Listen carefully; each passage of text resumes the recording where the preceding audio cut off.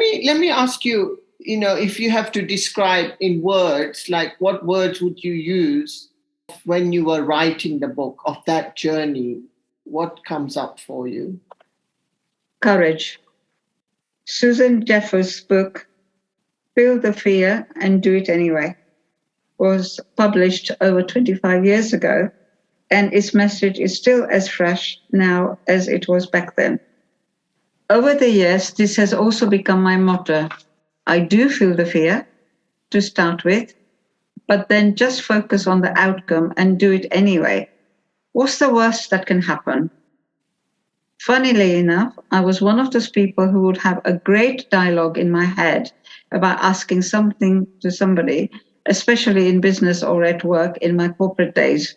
I would have all the nays in my head as to how the other person was going to turn me down. Worse still, I felt the inadequacy of myself. Why would they want to say yes to me? You know what? That's all changed in the last few years, in that I now have a simple approach. What's the worst that can happen? They say no. However, there could be a lot more outcomes than a straight no. Even if they did say no, could I handle it? Of course, it works every time.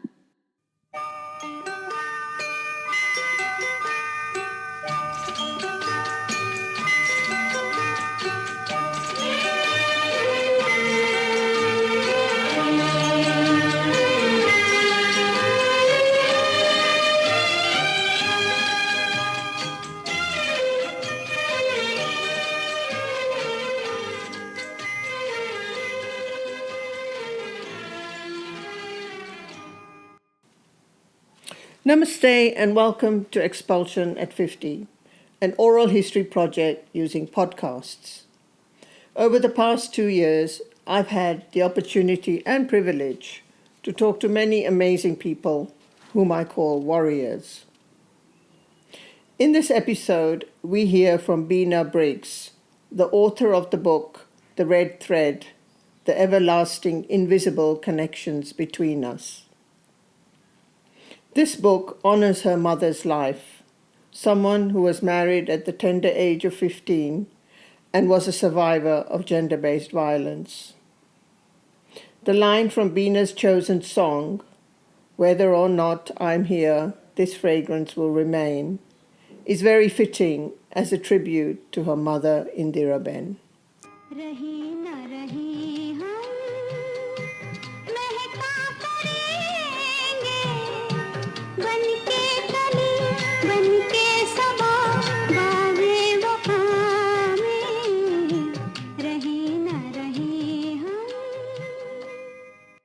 Yeah, I'm always curious to know how people got to Uganda. How did your parents, your grandparents, how did they end up there? Thank you for having me on this podcast. My background is I'm a Gujarati, I'm a Brahmin, and my family come from Saurashtra, which is part of Gujarat now, from a very small village called Halvad.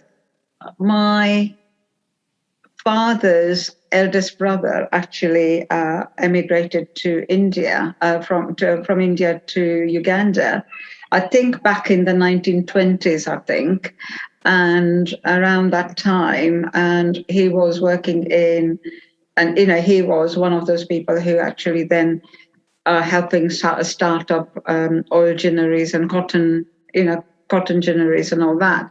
And from that, he was working away with a number of people there.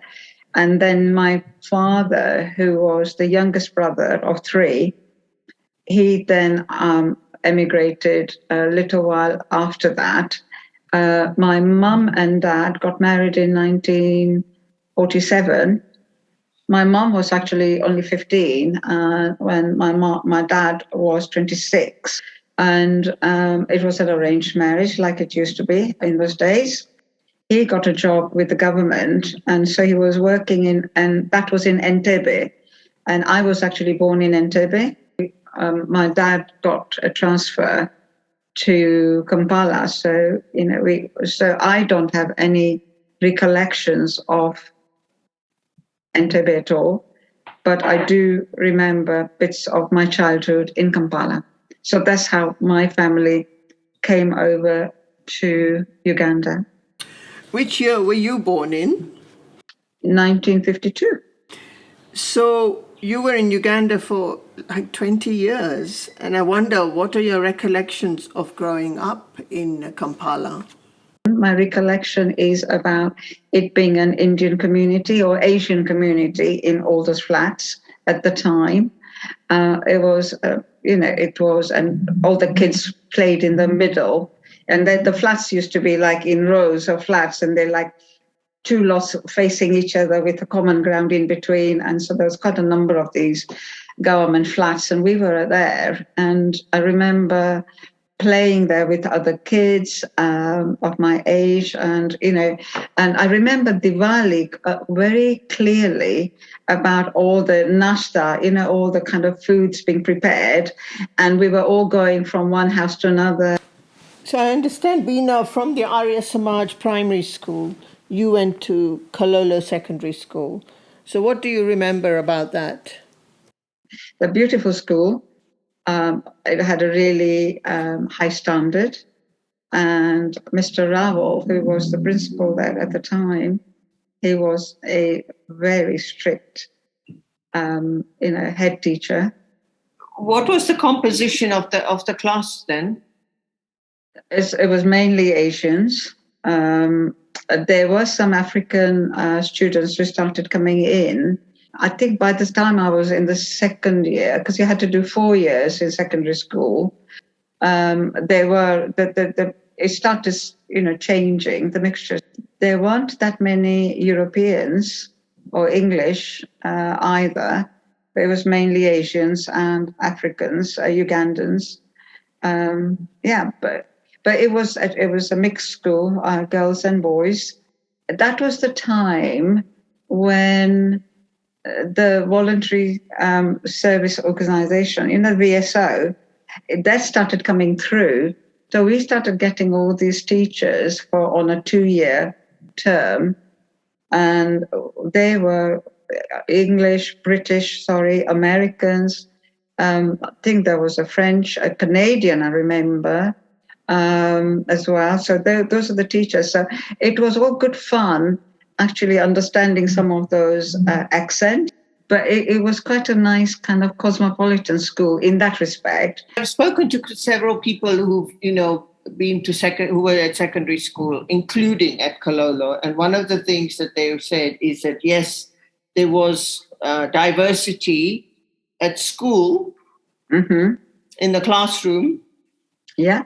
But what about when you were outside the classroom, when you were at home at the weekend socializing?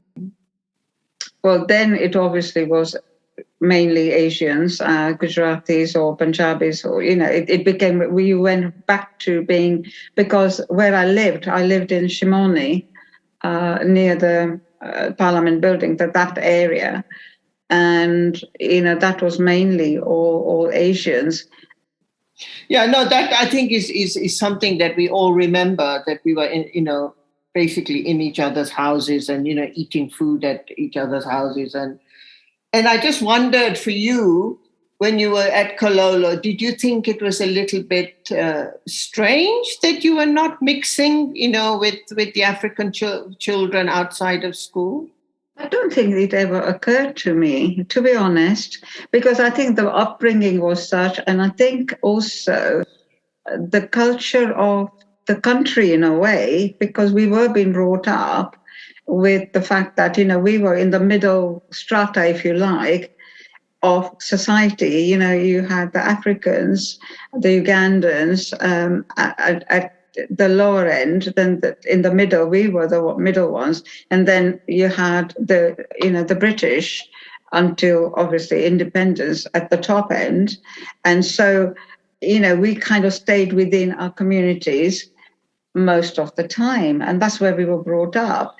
But that doesn't mean that, when we had African students in the classroom, that we didn't mix with them at that time. We just treated them as everybody else, and they were good friends and so on. But when it came to going back home, you went back to the community that you were brought in, you were brought up in. So, yeah. Yeah, I think that the sandwich is something that, a lot of people Yeah. have also mentioned that, Of course, yeah. that was structurally created by the British. And part of that was not just about, who you mixed with, but also that was how the town planning happened, Of course. So Indians were very visible because there were a lot of them were living in the center of the city. Many of them lived, above the shops, for example. Yes. Okay, so when did you go to India then? I went to India in 1969 after I finished my Cambridge O-levels at Cololo. And then I went to Sophia College in Mumbai, Bombay, and I was going to study microbiology, and that's what I was studying. How was that for you, to go from this environment, which is kind of very nurturing, very close-knit, everybody knew everybody. Kampala is not a big place, to a big city like Mumbai. The fact is that the home life in Uganda wasn't happy because of, my dad. He was a very controlling person, and he was abusive. And so mom didn't have a very good life. We lived a public life that people didn't know anything about. And as you can imagine, that happens in a lot of these kind of situations when what happens in the household is very different to what's portrayed outside. So going back to the Mumbai scene, when I was going to study, it was a case of me being torn in two places because I was leaving my mom and my sister in a situation where I knew what it was, whereas I was actually enjoying life as a student. And I was actually staying in a girls' hostel, which was mainly girls from Uganda, from East Africa, actually. And so it really was a different world. It was freedom. For the first time, I was able to do what I wanted to do in a way, within control, obviously. Nobody went wild, but it was a different kind of feeling of living a life at 16, 17, and, be able to choose what I wanted to eat, what I wanted to wear, who I can talk to, all that kind of thing. Mumbai was exciting, but always, of course, remembering that I had two people out back home who weren't having the same kind of fun.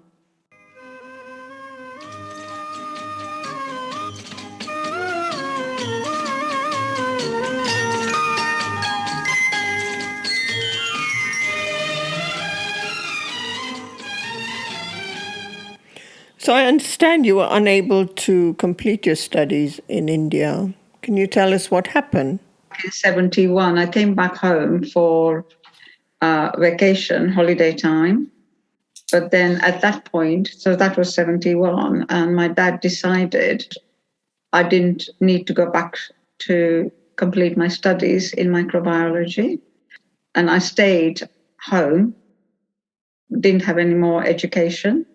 I had decided when I was 12 that as soon as I'm able to earn a living, then we'll go wherever we can. So when 1972 happened, this expulsion happened, it was a case of almost like a blessing in disguise, because we were able to come to the UK and stay in the UK.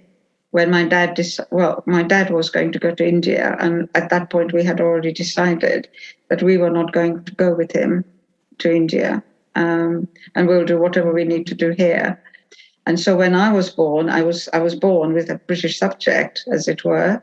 So was my sister, and so we all had British passports. I can imagine it was a really difficult time for you, Bina. Firstly, you couldn't go back to India. And then the big announcement happens in 1972. How did you guys react? Obviously, we all were shocked, surprised. Initially, nobody took it seriously, as you know. Nobody took it seriously. Thought, oh, he's joking, come on. This can't be happening. This is not, something that he's going to follow through. When the announcement came, and then it started kind of getting more serious as it went on, and with people disappearing, with him actually putting out announcements after announcements after announcements every day. And then there was the panic in our communities, as you know. And then the curfew that came in as well, dusk to dawn. And then you started hearing about the soldiers looting and doing everything else. People disappearing. They would come and take, especially the men from the leading from the community, people who were prominent, business people and so on, and they would turn up and just take them, and you never heard any more of them, or, so on and so forth. So those became the really trying times. I don't think any of us really slept during that period, because you just didn't know what was going on. Also, there was that the fear of, you could hear the army lorries going round, doing their rounds, and what you didn't want is for them to stop outside your house. And so, yeah, it was a very traumatic time in that respect. We left all together. We all took the flight together, but it was one of these things where, you just never knew whether you would actually make it to the plane, whether the plane would actually take off, or would it actually get stopped mid-flight and recalled. I think I'm sure everybody felt the same, that you just didn't know what was going to happen next. I remember the soldiers with the guns at the airport and, being frisked, and they just kind of sneering and strutting around with their guns. And I remember the soldiers being, even where the women were, being searched, and they were looking at what you were wearing, what gold you were taking. So, whether you had any jewelry on you. And so I remember all that, yeah.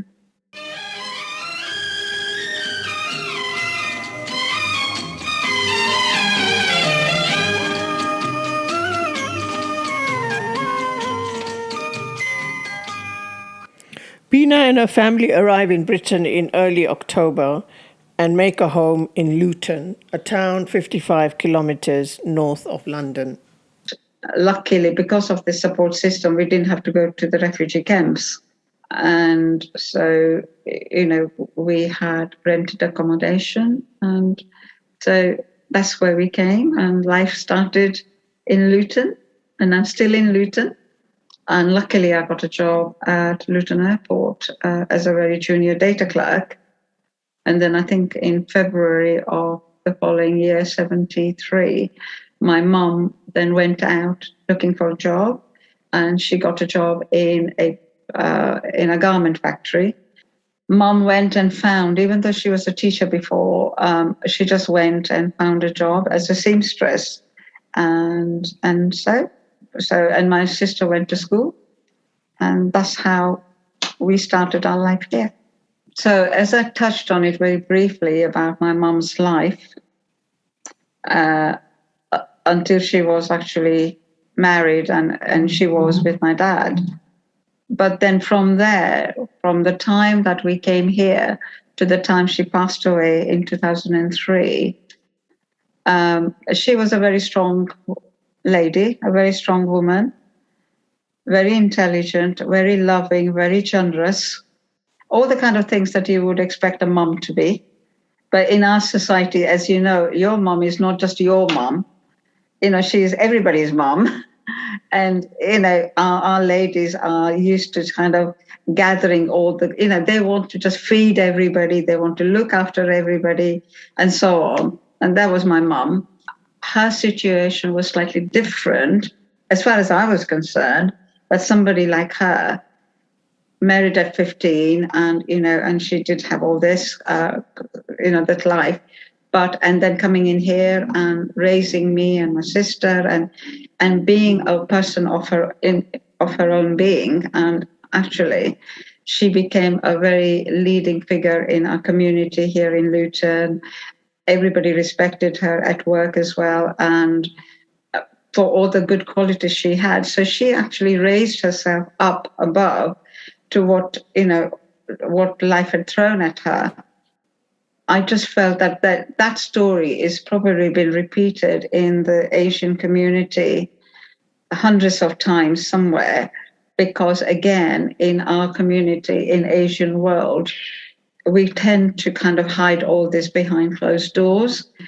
Maybe some people can take comfort from us or, from her story. So it just suddenly, I thought, no, there's so much there to tell people. I need to tell her story. I need to get it out there. It wasn't like straight after Mum passed away in 2003, she'd made up her mind, and she was such a strong-willed person. She had made up her mind that the day she can't go to the bathroom herself, she had liver cancer, which was in the last stages. We didn't know about it until it was too late. And so she had said that, the day that she can't go to the bathroom herself is the day that she'll call it quits. And literally 3 days after, she was gone.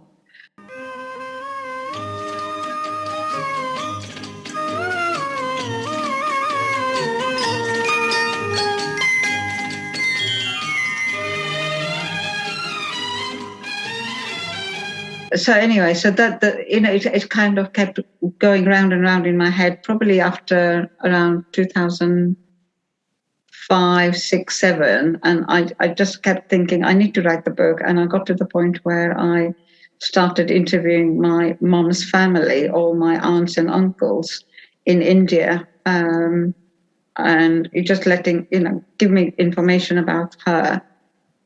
And it was just going round and round. And then eventually I wrote the book in 2020 and it got published in 2021. Time, from 2005 onwards, it's like plus minus 15 years, it's been like brewing. It was, and I think it's like anything else, isn't it, in life, that you think, I want to do this. And again, we kind of just have all these arguments in our head. Oh, I can't do it. What am I going to write about? And how am I going to write about? Who's going to buy the book? Or even to the point of, how can I get it written?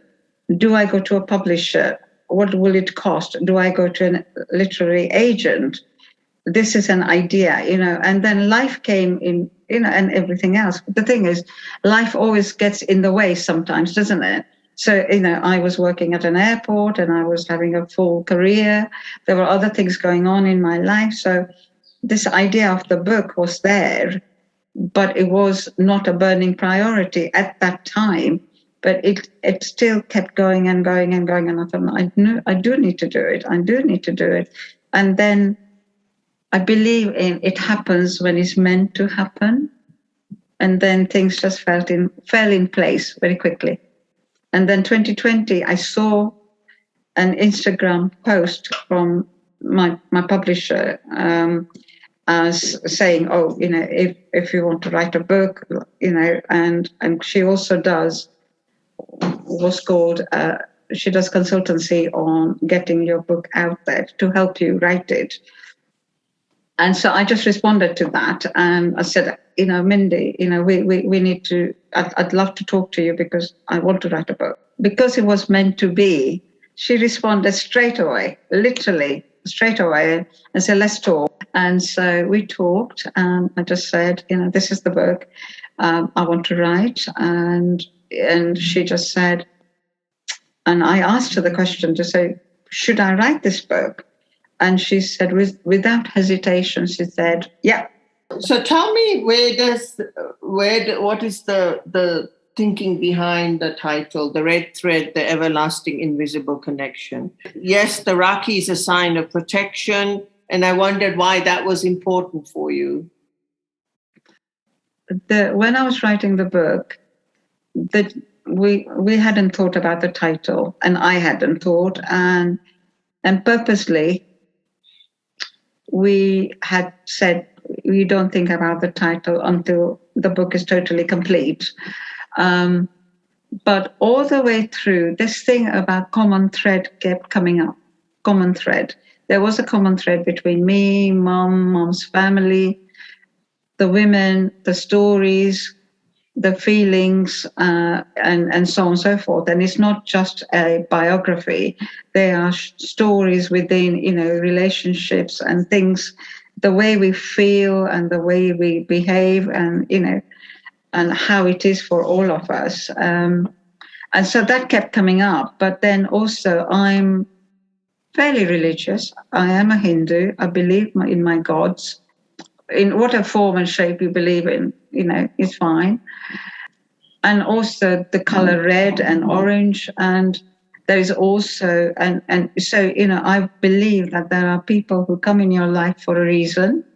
And, there's the saying, people stay for a reason or a season, but they do. The invisible connections between us, those are the threads that tie us all together.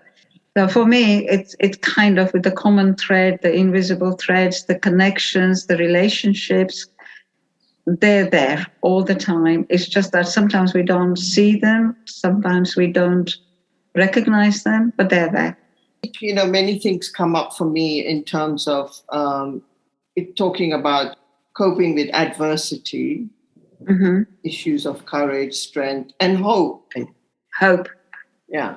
And I guess the other thing, I don't want to beat about the bush, but in essence, what I'm hearing from you is that, this is about a person who was in an abusive relationship. And it was a household where it was, all women, and the man was the patriarch, and he was controlling the household. And you didn't want that. What I think is wonderful that's coming through is the courage and a risk in some ways of talking about topics which are highly stigmatized and have a lot of taboo associated with them.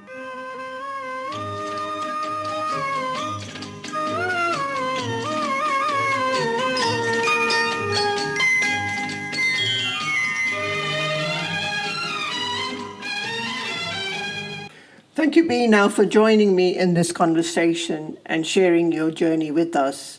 To close, I invite you to share something from the book. I've got the quote on here to say, no matter where you are in life, you will come through. Do not despair. There is always a way. Have faith, have a vision to which you are totally committed. Believe in yourself and your God, your universe, or whoever it is that you believe in. Follow the process. You will be familiar with the phrase, ask, believe, receive. Trust the process. It always works out for the better. But you have to do the trusting.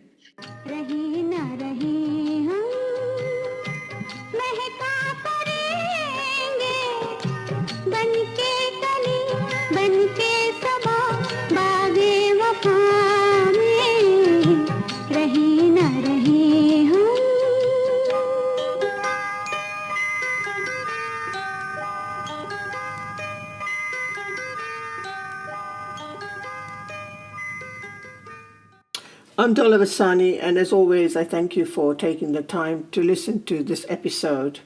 Do join me next time. Namaste and stay well.